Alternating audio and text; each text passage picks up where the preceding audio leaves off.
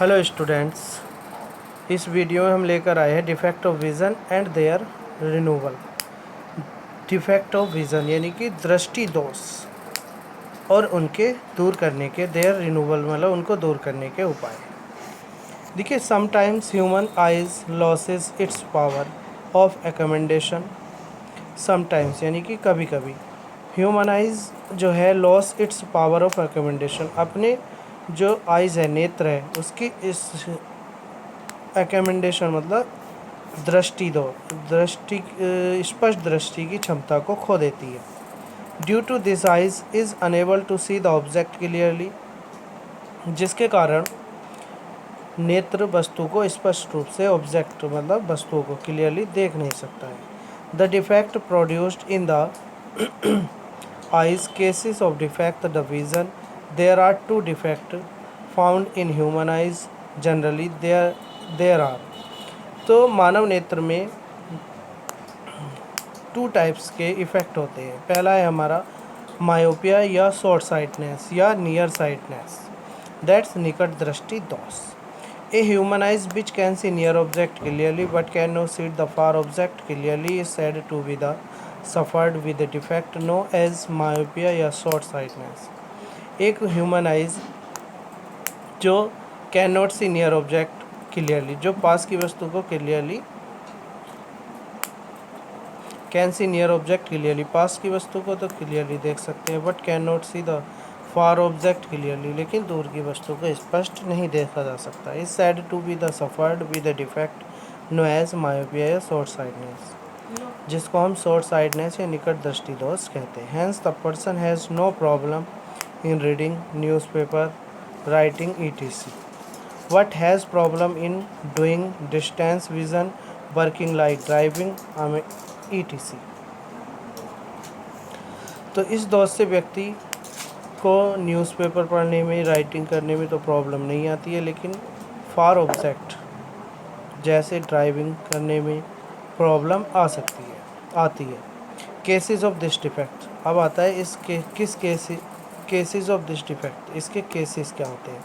The distance between the eye lens and retina increase, and second है the focal length of eye lens decrease और the curvature of eye lens increase. इसके दो cases होते हैं short sightedness के। पहला है अभिनेत्र लेंस की वक्रता त्रिज्या का अधिक हो जाए, इंक्रीज हो जाना, and the focal length of the eye lens decrease, और नेत्रक गोलक का लंबा हो जाना, और the curvature of eye lens is increase.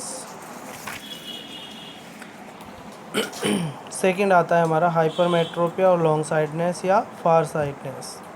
Human eyes which can see far object clearly but object और distance object clearly but can not see the near object clearly is said to be the suffered with a defect called as hypermetropia और long sightedness. अब आते हैं hypermetropia या long sightedness क्या होता है। इस दोष से पीड़ित व्यक्ति दूर की वस्तु को देख सकता है, बट पास की वस्तु को क्लियरली नहीं देख सकता है। अब इसके केसेस आते हैं लॉन्ग साइडनेस के। पहला है the length of eye ball decrease, that is the distance between I lens and retina decrease, and तो सेकेंड है the focal length of eye lens is increase. Correction of hypermetropia, देखिए hypermetropia long sightedness का correction कैसे करते हैं। इसके correction के लिए हम कॉन्वेक्स लेंस का यूज़ करते हैं।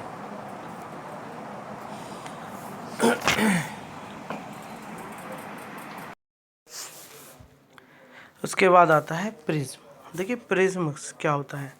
Prism is a homogeneous and transparent medium bounded by two triangular and there 3 rectangular faces.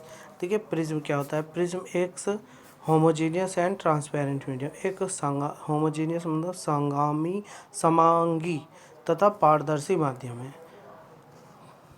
Bounded by 2 triangular, जो कि 2 त्रिभुजाकार एंड 3 रेक्टेंगुलर और 3 आयताकार परतों से बाउंडेड होता है, घिरा होता है। अब आता है डिस्पेरजन ऑफ लाइट। देखिए डिस्पेरजन ऑफ लाइट क्या होता है। The phenomenon of splittings of white light into 7 colour on passes through process is called dispersion of light. Dispersion of light मतलब प्रकाश का विक्षेपण। ये प्रकाश का विक्षेपण क्या होता है कि जब श्वेत प्रकाश 7 रंगों में विभक्त होने की घटना को हम प्रकाश का विक्षेपण कहते हैं। The phenomenon of slitting of white light into 7 color on passing through process is called dispersion of light। अब आता है dispersion of white light by a prism। That's prism द्वारा प्रकाश का विक्षेपण। डिस्पेरसन मतलब विक्षेपण। When a beam of white light is made to passes through a prism, जब प्रकाश की जो किरण है, when a beam of white light is made to pass through a prism, जब किसी प्रिज्म से होकर पास होती है, गुजरती है, then it get split in 7 constitute colours, तो वो 7 कलर्स में कॉन्स्टिट्यूट हो जाती है। This phenomenon is called dispersion of light and the band of colours thus obtain is called spectrum. यहाँ पर इसकी फिगर बनानी है हमें, जो ये इसमें दी हुई है। उसके बाद आता है when the different component of white light. देखिए उसमें 7 कलर्स में होते हैं, violet, indigo, blue, green, yellow, orange, red. अब इनकी वेवलेंथ दे रखी है 4000 एंगस्ट्रॉम, 4500 एंगस्ट्रॉम। फिर आता है केसेस ऑफ डिस्पेरसन। डिस्पेरसन के cases. When a beam of white light is made to pass through a prism, the different constituent colours comes out of the prism at a different angle. This is true cases of dispersion of white light. That is, जब श्वेत प्रकाश prism से गुजरता है तो यह 7 अवयवी रंगों में विभक्त हो जाता है और यह घटना को प्रकाश का विक्षेपण कहते हैं। ठीक है। उसके बाद आता है केसेस ऑफ डिस्पेरसन। तो किन केसेस में होता है कि जब श्वेत प्रकाश के प्रत्येक रंग की अपनी अपनी तरंग दैर्ध्य होती है। बैंगनी रंग की जो तरंग दैर्ध्य है सबसे कम होती है, बैंगनी मतलब वायलेट कलर की, तथा रेड कलर की जो वेवलेंथ है वो सबसे ज़्यादा होती है।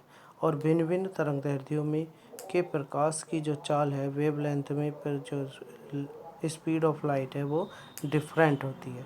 दैट इज़, जब वाइट लाइट प्रिज्म से पासिस होता है तो डिफरेंट रंगों की चाल, डिफरेंट वेलोसिटी डिफरेंट होती है।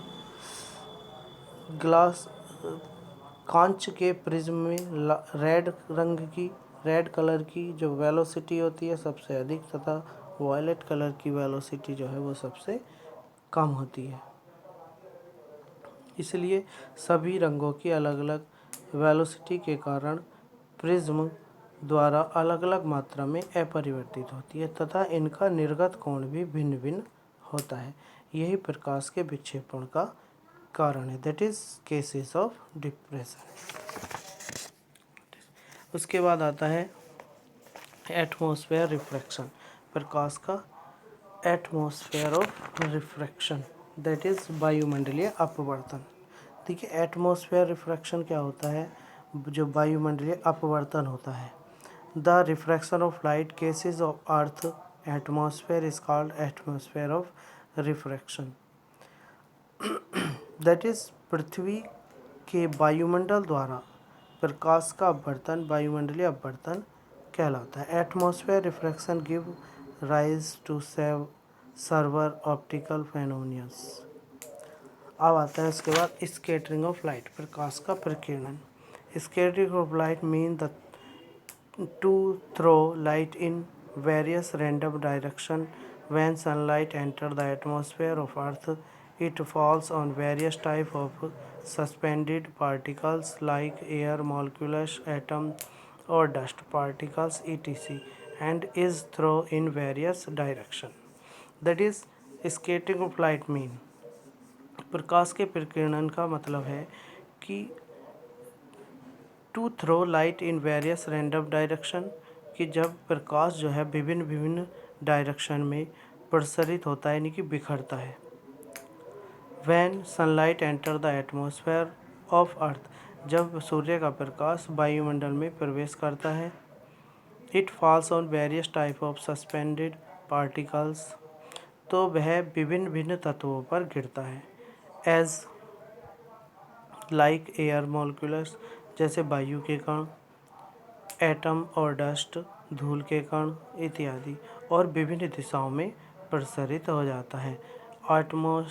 एटम्स और डस्ट पार्टिकल्स etc एंड इस थ्रो ए वेरियस डायरेक्शन, और विभिन्न दिशाओं में डायरेक्शन में प्रसारित हो जाता है, यानी कि बिखर जाता है। उसके बाद आता है टिंडल इफेक्ट। देखिए टिंडल इफेक्ट क्या होता है। द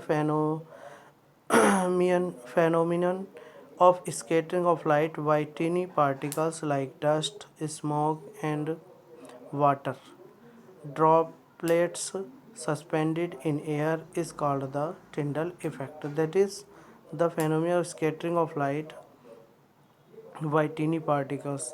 वायुमंडल यानी कि वायुमंडल या वायु में उपस्थित धूल, धुआं तथा पानी की बूंदों का द्वारा प्रकाश के बिखरने या प्रसरित होने की घटना को टिंडल इफेक्ट कहते हैं। उसके बाद आता है types of Tyndall effect. Types टिंडल effective observed. Tyndall effect जो है उसको कैसे ऑब्जर्व किया जाता है। पहला है from dust particles in air when sunlight comes through. जब सूर्य की प्रकाश पतले छिद्रों से होकर आता है तो वायु में उपस्थित धूल के कणों द्वारा प्रकाश प्रकीर्णित हो जाता है। नंबर ए स्मॉल होल्स और narrow slight. Second when sunlight comes through the clouds. जब सूर्य का प्रकाश बादलों से होकर आता है। When sunlight passes through A canopy of dense forest टिनी waters dropped into the mist scattering light. Number 3 है जब सूर्य का प्रकाश घने जंगलों से होकर गुजरता है। तो ये हो गए हमारे टिंडल प्रभाव प्राप्त कैसे होता है। उसके बाद जो हमारा डिस्पेरजन ऑफ वाइट लाइट था, यहाँ पर ये इसकी फिगर भी दी हुई है कि जो प्रकाश when a beam of white light passes through in a prism, then they are converted in 7 colors: red, orange, yellow, green, blue, indigo, and violet.